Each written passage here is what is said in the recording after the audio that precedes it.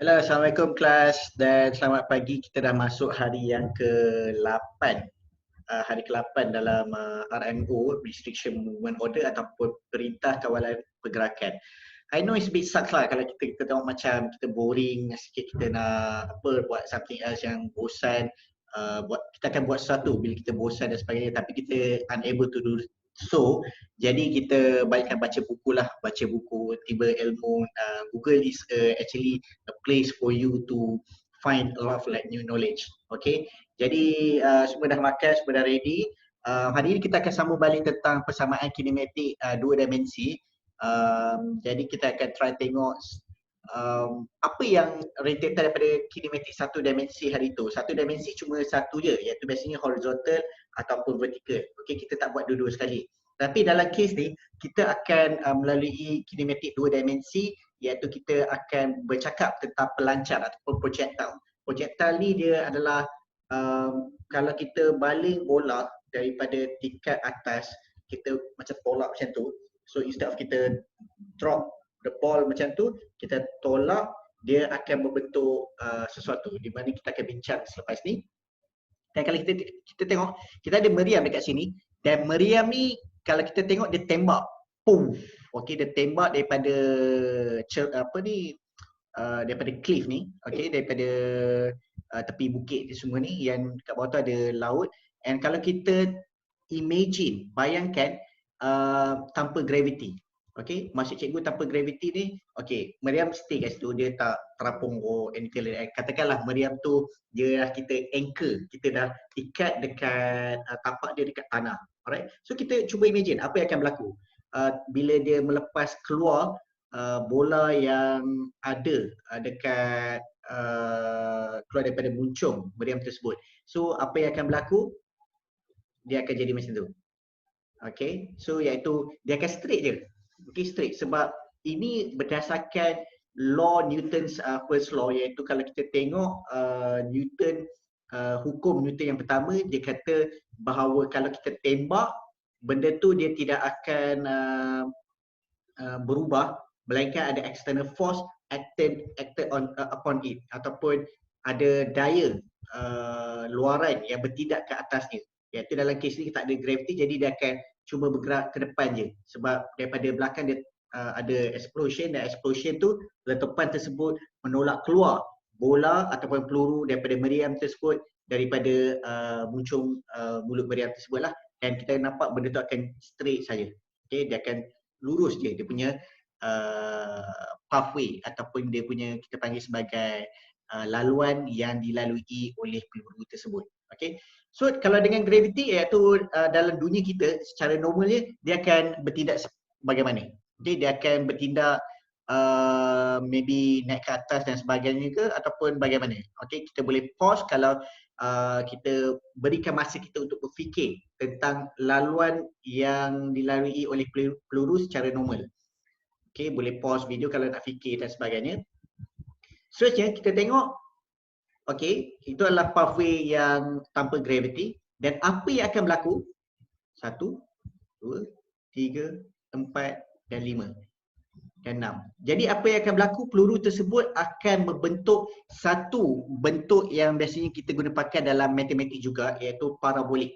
Okey, parabolik di mana dia akan bentuk melengkung. Okey, melengkung kerana dia ke depan, okey, ke depan, dan ke depan sambil bawahnya tu menarik, iaitu adanya kesan tindakan gravity, dia menarik ke bawah.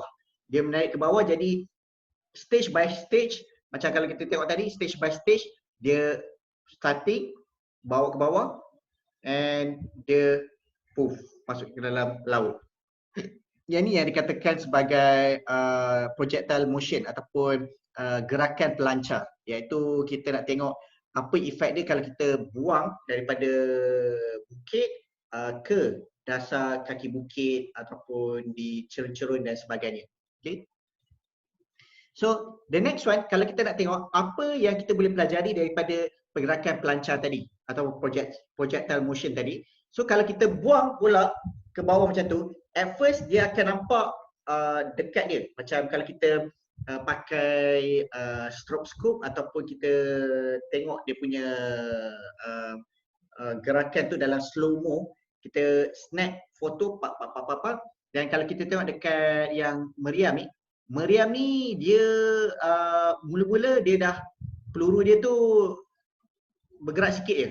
Tapi bila masuk yang ketiga tu dia dah mula banyak dah dia punya jarak dia dan mula menjarak dan akhir sekali jatuh ke dalam laut. Okey. Tapi kalau kita tengok dalam perbandingan projectile motion yang kita tunjuk ataupun kita tengok sebentar tadi, kamu nampak? So dia hampir sama untuk semua level. Alright? Kalau cikgu boleh lukiskan dia punya garisan dia, nampak? Sama je dia punya garisan dia ataupun dia punya posisi untuk setiap yang jatuh ke laut. Okey, sama dia jatuh menegak ataupun jatuh dilancarkan. Sama je. Iaitu ini nak dikatakan acceleration ataupun pecutan tu sama, bertindak kepada kedua-dua keadaan ni, nilai dia adalah sama untuk pecutan.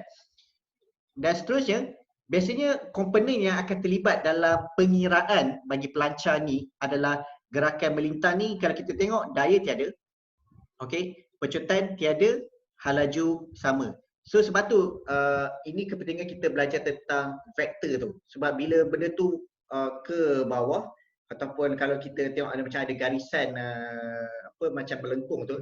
Sebenarnya garisan melengkung tu dia ada dua daya yang bertindak pada masa yang sama untuk membawa peluru tu ke dalam laut dalam bentuk melengkung tu. Jadi gerakan melintang daya tiada, pecutan tiada, okey, hal laju sama. Okey, pecutan dengan hal laju sama semua ni, dia nak kata kat sini kita assume ataupun kita katakanlah tiada rintangan angin langsung.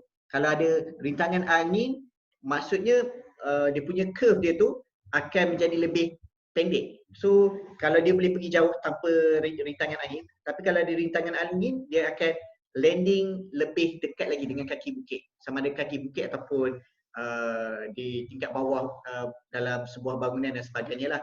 Ini yang dimasukkan yang gerakan melintang di sini adalah lebih kepada tiada rintangan angin. Kita katakanlah tiada rintangan angin. Alright, let us assume that.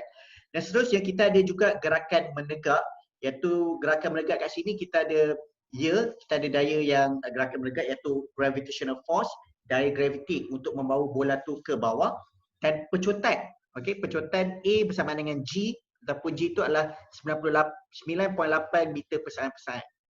Dan kalau kita tengok kat sini, hal laju dia pula selalu bertukar sebab kita akan dapat velocity dia 9.8 meter per saat. Okey, cakap tentang hal laju dengan pecutan ni, dalam kes gerakan melintang, gerakan menegak ni, kalau dia ke bawah, senang cerita dia adalah negatif. Cikgu selalu assume apa-apa yang bergerak ke bawah adalah negatif, yang bergerak ke atas adalah positif. Kita kena berbuat demikianlah sebab kalau kita masuk dalam formula nanti kita akan tengok satu jenis contoh soalan, sampel soalan, kalau daripada situ kita tengok efek negatif dan positif dia, apa yang akan berlaku. Dan kita nak cakap dekat sini, kalau kita tak declare ataupun kita tak isytiharkan negativity ataupun positivity bagi sesuatu nilai dalam kes ini, dia akan menyebabkan benda tu kita akan dapat jawapan yang salah. Alright?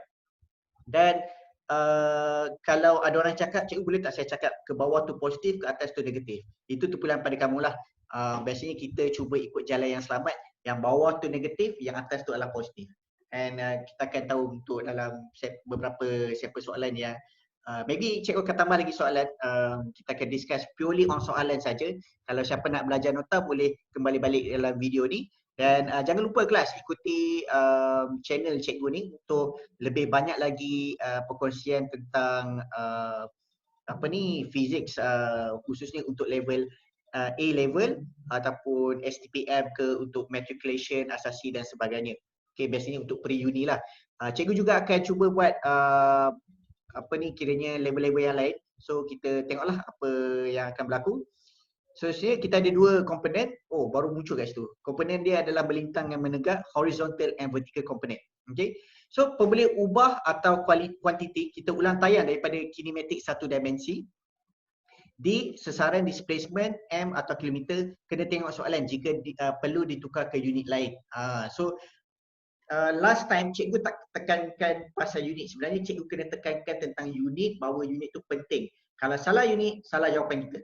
At the end of the question tu kita akan salah. So cuba standardiskan semua unit yang ada bila kita nak buat soalan bagi kinematik satu dimensi mahupun dua dimensi.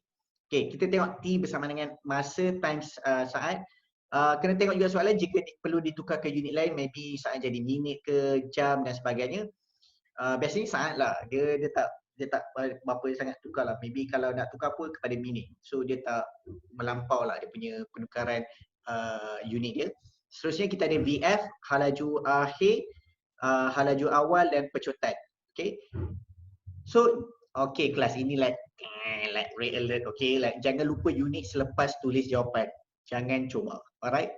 So yang 4 ulang tayang lagi. So kita ada yang formula ni. Okay, yang ni dan yang ni. Cikgu tak go through in depth lah sebab cikgu try to make the video as short as possible, sependek yang boleh supaya kamu boleh fokus the main point. Okay, so yang ni kita cuma nak recap saja ulang tayang.